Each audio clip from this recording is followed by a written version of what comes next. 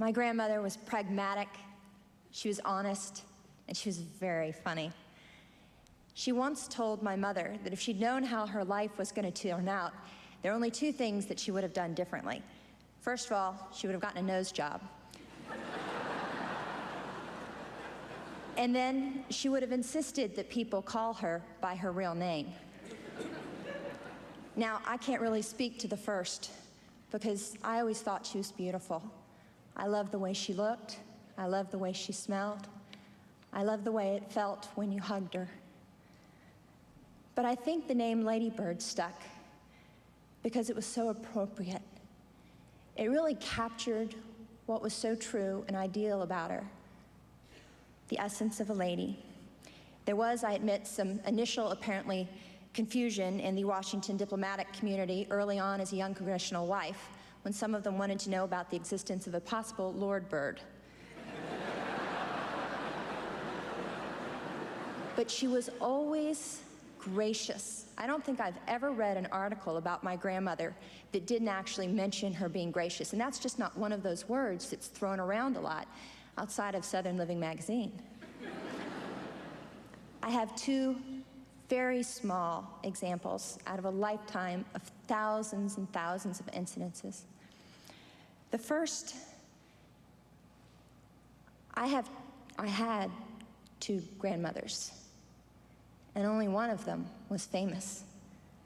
And many times you will find that in celebrating the milestones of grandchildren, they are thrown together at occasions, particularly at college graduations and things like that.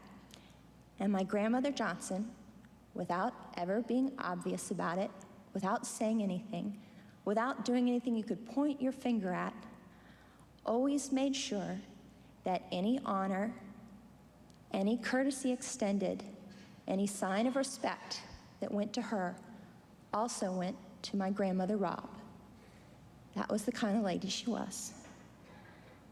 The other thing that stuck in my mind was I remember being told that Barry Goldwater was going to come and speak to the LBJ library. And I was younger then, and I knew less. And I thought, well, she's not going to want to go hear him speak. He might say something not nice. And I was correct that she wasn't going to attend, but I was wrong. Why? And she told me, oh, no, no, darling. I'm so glad that he's coming to speak. I appreciate him coming. But I don't want to be there because I don't want to make him feel uncomfortable. I want him to be able to say exactly what he thought and to be critical and to say what was on his mind. And I feel that he was too much of a gentleman. If he saw me sitting there in the front row, he might not be able to say that. So instead, she let him know that she wasn't going to be able to attend the speech, but she was going to host a special dinner for him, with him as the guest of honor afterwards, the 10th row at the library. And those were wonderful dinners, I can tell you. My grandmother was the most quietly confident, least needy person I have ever known. She never made demands on anyone. Most people, even in a good way, we need other people to do things for us to make us happy. We need them to give us a job. We need them to admit us into the school of our choice or into a select group. We need their approval. We need their love.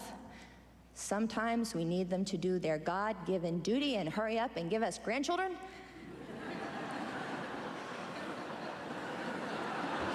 I'm working on it. But my grandmother, she loved and rejoiced in your accomplishments and in your happiness, but she didn't need you to do anything for her. She was wonderfully grounded, and she drew strength from the nature around her.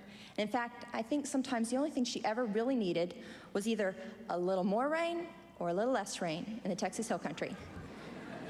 This year, my Texas relatives tell me we had a little too much rain. Because she didn't need anything, paradoxically, you wanted to do more for her. My grandfather was very famous for his persuasiveness, and you may have heard about the Johnson treatment. But I've always suspected that Nene was equally effective, although we'll never know because she had such a light, touch, so it's impossible to gauge the full extent. She succeeded by believing and encouraging people to do their best, and she really did think the best about you. And she let you take all the applause, so whether it was a grandchild actually eating all of their vegetables in that particular meal, or whether it was the city council that had voted to fund a new river walk, she always let other people take the credit. She was entirely uninterested in credit, and growing up in Washington, in a political world, that is so hard for me to believe. They had to work really hard to get her to change the name of the National Wildflower Research Center. And finally, they only succeeded by appealing to her pragmatism. They said, look, we'll raise more money if we change the name to the Lady Bird Johnson Wildflower Center. So finally, she was willing to do that. She never cared about the recognition. Last night, my sisters and I, late at night, went to go see the tower lit up. And we got in the car, and the first place that we went to, we didn't have a very good view. So my sister said, let's go over and see it from the library. And I have to be completely honest with you, I was pretty crabby at that point. And I said, it's hot, and it's late, and I'm tired, and I'm pregnant, you want me to get out of the car and walk? But fortunately, my sisters inherited more of my grandmother's gentle good temper, and they managed to coax me with laughter and a little teasing to get out of the car. And we walked over to the plaza of the library. And I'm so glad that we did. Because while the tower was lit up in a glorious orange, the thing that was far more beautiful to me was to see all the people, this was after midnight, streaming towards the library in groups of ones or twos, and in some cases families, bringing children who really probably should have been in bed by that time of night.